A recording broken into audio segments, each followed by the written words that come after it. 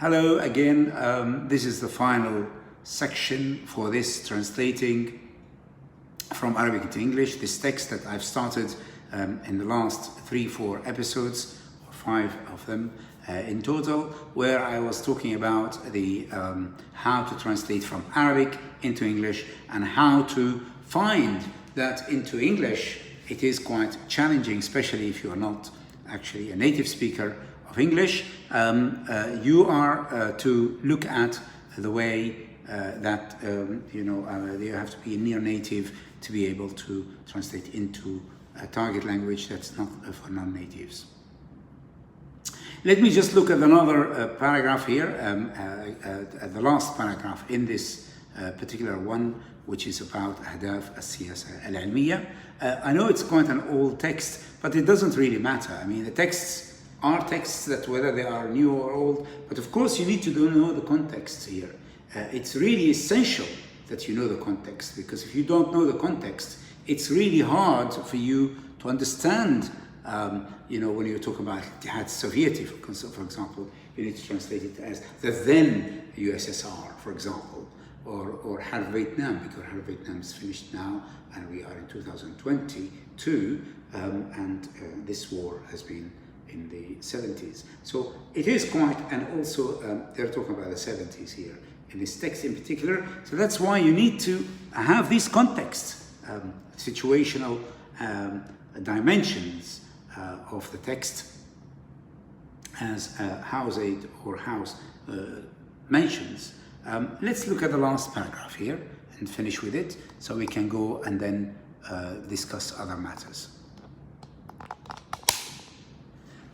Okay, so the last paragraph here that we have got here, وقد يكون الموقف الإسرائيلي من محادثات الدول الكبرى خطة مرسومة بالاتفاق مع أمريكا في محاولة للتأثير على موقف العرب. Again the word موقف here. وقد تكون إسرائيل تخشى فعلا اتفاق الدولتين الكبيرتين. Which the two countries, the دولتين الكبيرتين, we need to know which ones, which is الاتحاد السوفيتي والولايات المتحدة، على أساس مصالحهما العالمية، مما قد يضطرها إلى الانسحاب من الأراضي التي احتلتها. يعني هنا الأراضي التي احتلتها مقصود بها أراضي إسرائيل والحرب أكتوبر التي احتلتها، وهي لذلك تعترض مقدما على أي نتيجة تصل إليها المحادثات أو محادثات الدول الكبرى. Of course, the word محادثات here is another thing which I will talk about, because the word محادثات can be المحادثة can be conversation, but then محادثة is here because it's in political context. It's different, so you have to use the word talks. خطة مرسومة, planned, already pre-planned scheme or plan, or pre-planned pathway, if you like. بالاتفاق مع أمريكا. طبعا أمريكا here is referring to the US only, because America is the continents, and the continents, we are not referring to the continents here, we are referring to the one country, which is the US. في محاولة للتأثير, so وقد يكون الموقف الإسرائيلي here, of course, the Israeli stand or the Israeli position من محادثات الدول الكبرى, position regarding or in regards to the talks between the the countries, big countries, الدول الكبرى, and they mean by that, of course, Europe is included, because الرباعية, it includes not only the US and Soviet Union, but then Soviet Union, but also maybe Europe. So بالاتفاق مع أمريكا, in agreement بالاتفاق مع, agreement with the US, في محاولة للتأثير على موقف العرب, in an attempt to influence the Arabic or the Arab stand or the Arab position, Arab's position. Of course, here the word al-Arab, you can't say the Arabic position. because we are not talking about the language here, we're talking about the people, and the people are called Arabs and not Arabic. Arab culture, you don't say Arabic culture, you say Arab culture.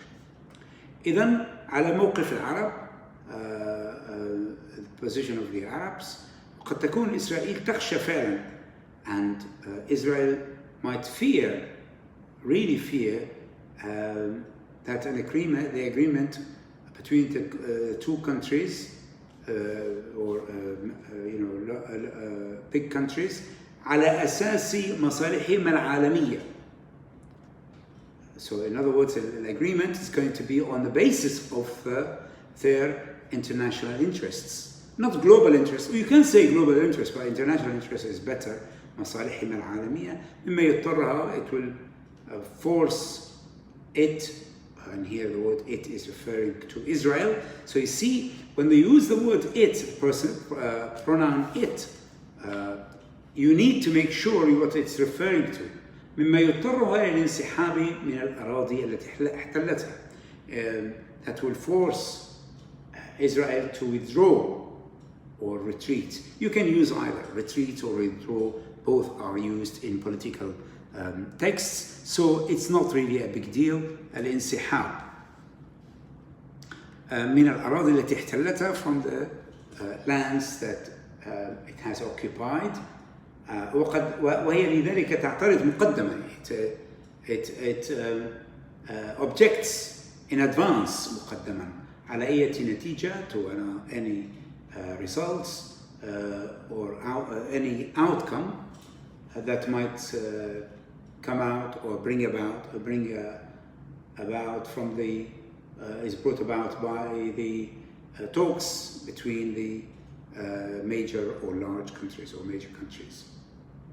I think with this kind of text that I have chosen to cover in 4 or 5 recordings, it is really important for you, as you can see, to be able to decide on the terminology that you need to be using. So the terminology that you are using is not really an easy decision that you make as a translator. So it's the word choice, which word I should go for. Context, text and context, the interconnectedness of text and context, as House is saying in her book 2015, is really essential. The interconnectedness of text and context helps you in looking at the situational context, of course, helps you into deciding on the dimensional element or component. As we know, functional equivalence is not necessary in this particular text, and that is because there are no idiomatic language used. So the idiomatic language is only used when it is used. It will be you can use the functional equivalence. This is how I look at it, and in that case, of course, you can use covert translation. There's overt and covert translation, and covert is the one that is used for functional in functional equivalence. So, and that is where adequacy in translation becomes is available. And I will talk in another session about the next session about a little bit about what Julian House is saying about her model and how she's applying it, the way I understand it. Okay, it will give you some idea about TQA, translation quality assessment. How do you assess translation? How do you say it's adequate?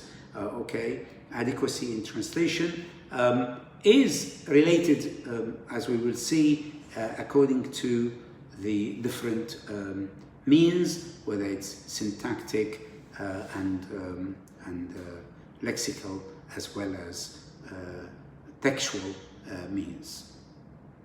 Thank you.